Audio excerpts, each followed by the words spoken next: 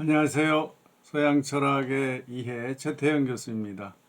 4주차 강의를 이제 다시 올리려고 합니다. 이런 해프닝이 일어난 것은 제가 핸드폰 용량이 좀 작아서 하나 지난주에 올린 그 영상을 이제 다 지우고 또 올리고 이렇게 하다가 잘못 알고 핸드폰에 나오는 그 유튜브에 저장된 영상들을 다 지웠어요. 그래서 다 지워져서 여러분이 못 보게 된 겁니다. 착각을 한 거죠, 제가. 그 핸드폰에 휴지통에 있는 걸 지우는 줄 알았는데 그게 아니었어요. 그래서 이제 이렇게 또 다시 월요일 날 다시 녹화를 해서 이제 올리고 있습니다. 예, 죄송하고요. 이제 4주차에 이제 3교시 수업을 시작하겠습니다. 스토아 철학이죠. 그런데 스토아는요, 항상 로마 시대에 이제 다른 철학 하나하고 같이 나옵니다. 예를 들면은, 신약 성경의 사도행전 17장 18절에 이런 옛날 성경에 이렇게 나옵니다. 어떤 에비구레오와 스토이고 철학자들도 바울과 쟁론할세. 이 말이 무슨 말인지 못 알아들은 사람도 있을 거예요. 옛날 말이라. 에비구레오가 바로 에피쿠로스고요. 스토이고가 스토아 학파를 말합니다. 그러니까 사도 바울, 그 기독교를 대표하는 사도 바울도 이 양학파 철학자들과 논쟁을 했다, 이런 얘기입니다. 그 정도로 로마 시대의 두 축이었다고 할 수 있죠. 먼저 3교시에는 스토아파에 대해서 하겠는데요. 잠깐 안내 말씀 하나 드리면, 여러분 제가 우리 올리는 그 난 있죠. 거기에 제 4주차의 강의안을 올려놨어요. 그걸 보시고 제가 그걸 가지고 설명을 하기 때문에 그거를 출력해서 보시면서 하셔야 됩니다. 그러면 훨씬 더 그림도 나오고 그러니까 여러분 그냥 듣지 마시고 강의안을 자료 공유해서 다운받아서 그것을 보면서 같이 들어주시기 바랍니다. 예, 이 스토아 철학을 처음으로 만든 사람은 제논이라는 사람인데, 이 사람은 지금 사이프러스 섬 있죠. 그 사이프러스에 그리스 사람들이 살았는데 거기에서 태어났고요. 이제 이 사람이 아마 그 배를 타고 이제 그의 그 가족들이 이제 상업에 종사했는데 무역업. 그런데 이제 그러다 불시착해서 이 그리스의 아테네에서 철학 공부를 하게 되었다고 하는데요. 하여간 그 이후에 이 클리안테스라는 사람, 또 크리시포스, 이런 사람들이 점점 체계화했고, 또 로마 사람들에게 이제 받아들일 수 있게 파나이티오스가 이제 그 전달을 한 거죠, 로마인들에게. 그리고 네로의 스승이었던 세네카, 노예였던 에픽테토스, 로마 황제 마르쿠스 아우렐리우스, 이런 사람들이 스토아 주의자였죠. 스토아 철학은요,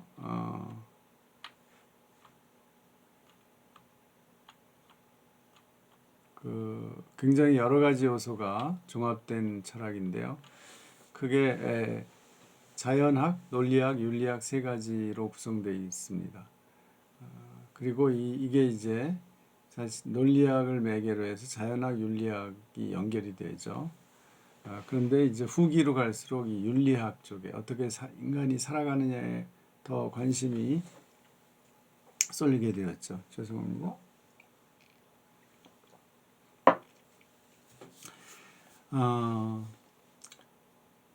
특히 이제 스토아 사상은 자연학에서 헤라클레이토스와 데모크리토스의 영향을 많이 받았어요. 그래서 유물론적인 경향이 강한데요. 이들은 우주에 이제 원자가 존재한다고 봤어요. 원자로 구성되어 있어요. 그런데 이건 데모크리토스의 사상이죠. 그런데 다른 것은 원자가 더 이상 쪼갤 수 없는 게 이제 데모크리토스였는데 스토아는 끝없이 쪼개져서 우주를 가득 채운다고 봤어요. 이것이 작은 불인데 지금으로 말하면 플라스마 같은 거죠. 같은 이런 미세한 물질, 이걸 퓨르라고 불렀어요. 우주를 가득 채우고 있죠.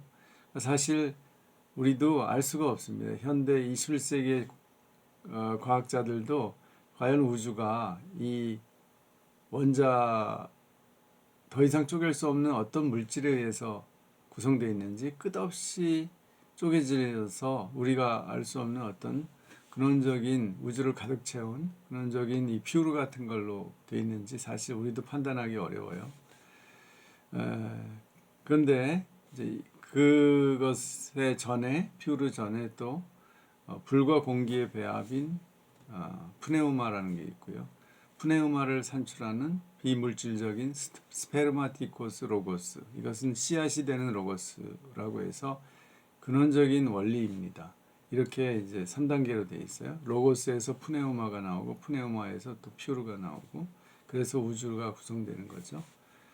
그래서 신도, 이 신이라는 말을 쓰지만 이 인간이나 자연처럼 물질로 구성되어 있다고 보는 거예요. 그러니까 이 기독교의 신론하고는 다르죠.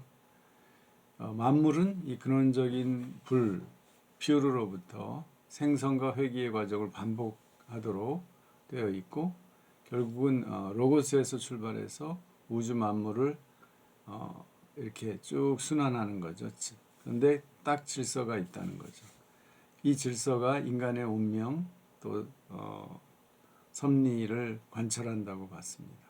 그래서 스토아학파에서는 인간을 이 우주라는 큰 도시에 이렇게 다 구성되어 있는 질서 지어져 있는 시민 한 점과 같은 것으로 봤죠. 이게 바로 코스모폴리티스라고 해서 이제 우리가 세계인 이렇게 얘기하죠. 그러나 이 세계 이것은 이 어떤 인간 사회의 그냥 현상이 아니라 우주적인 질서에 의해서 규정이 되어 있는 인간관계를 말합니다. 그래서 스토아는 기본적으로 이 그리스 자연철학에서 출발을 했고 그런 점에서 유물론적이고 또 어떤 그것을 통합하는 로고스라는 이론론적인 그 원리를 가지고 있는 그런 결정론에 가깝다고 볼 수 있어요. 그래서 스토아 학파는 이 질서를 우리의 삶에서 이루기 위해서 그리고 사회 속에서 실천하기 위해서 중요한 일이 감정과 욕망을 억제하고 의지력을 발휘하는 거예요. 그래서 이 의지를 통해서 덕을 이루고 이런 하찮은 욕망을 충족시키려는 것을 무시해야 되는 거죠. 그런 점에서 유교하고도 비슷해요. 그리고 이제 기독교하고도 통하는 면이 있어서 이 기독교 신학자들이 스토아를 좋아했어요.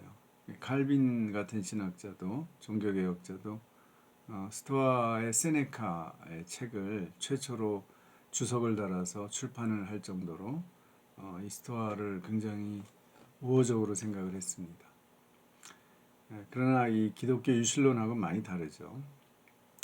그래서 신과 우주의 로고스를 따르는 삶은 감정을 억제하고 모든 감정을 그냥 진정시키고 조용히 시키는 거예요. 그래서 감정이 없는 상태, 그걸 부동심, 아파테이아라고 해요. 그 상태에 도달하는 것을 최고의 목표로 삼았습니다. 이 아라는 건 부정이고 파테이아는 파토스라는 말이죠. 그래서 감정이 없는, 열정이 없는 그런 상태가 이 궁극적인 삶의 행복에 추구하는 행복에 도달하는 수단이라고 봤습니다.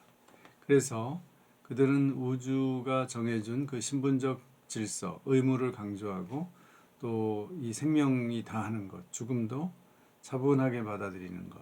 그것이 스토아의 가장 중요한 태도로 봤습니다. 그 스토아 철학자 중에 독특한 사람이 노예 출신의 에픽테투스라는 사람인데, 예를 들면 황제였던 아우렐리우스도 이 에픽테투스를 매우 존경했는데요. 원래 노예로 태어나서 이제 주인을 위해서 일을 했는데 한 번은 주인이 화가 나서 이 사람의 다리를 꺾었어요. 그러니까 다리가 부러질 지경이 되니까 에픽테투스가 주인한테 차분하게, 주인님 조금 더 꺾으시면 다리가 뼈가 부러집니다.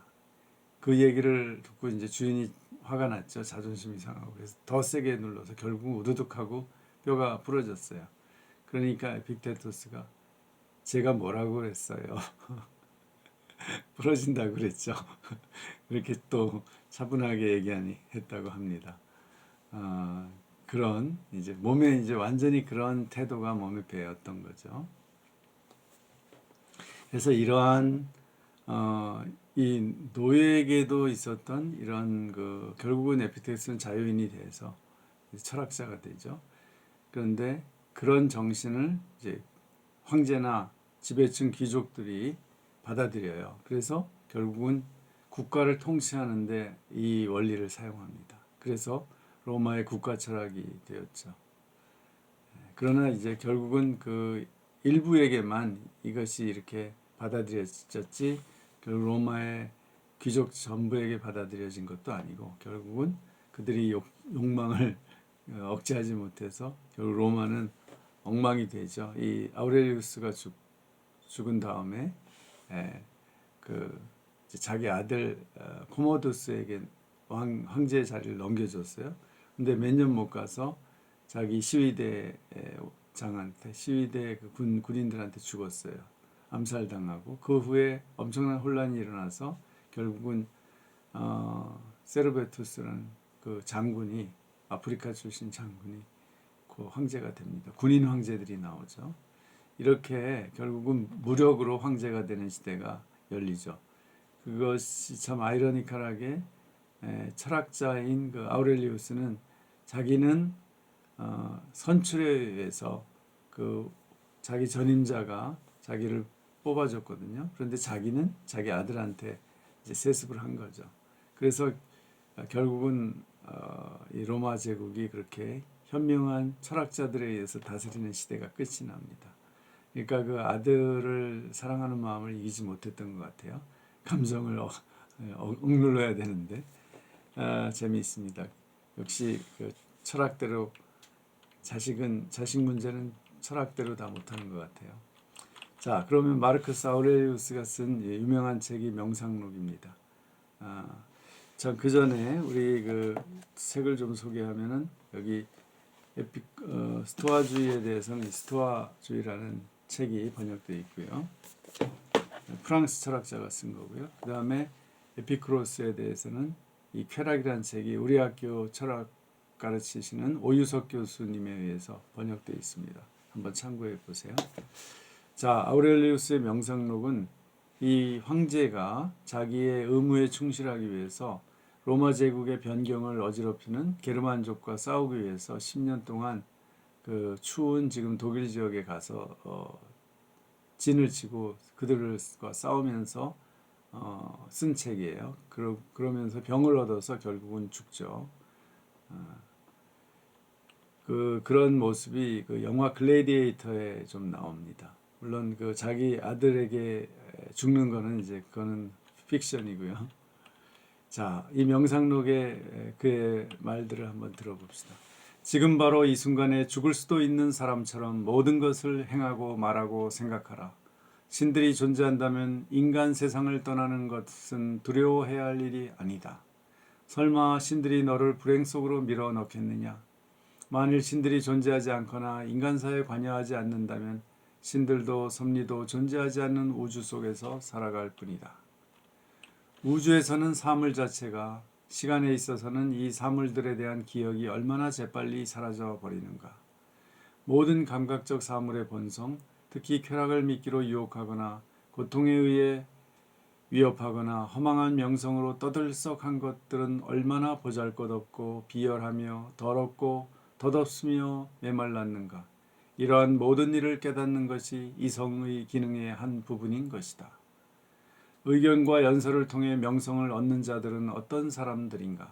죽음은 무엇인가? 그리고 인간이 죽음 자체만을 보고 반성이라는 추상적 능력에 의해 죽음과 관련되어 연상되는 모든 것을 분리해 버린다면 죽음은 자연의 작용 이외에 아무것도 아니라고 생각하게 되어 자연의 작용을 두려워하는 것은 어린애 같은 것이며 죽음은 자연의 작용일 뿐 아니라 자연의 섭리에 따르는 것임을 깨닫게 될 것이다.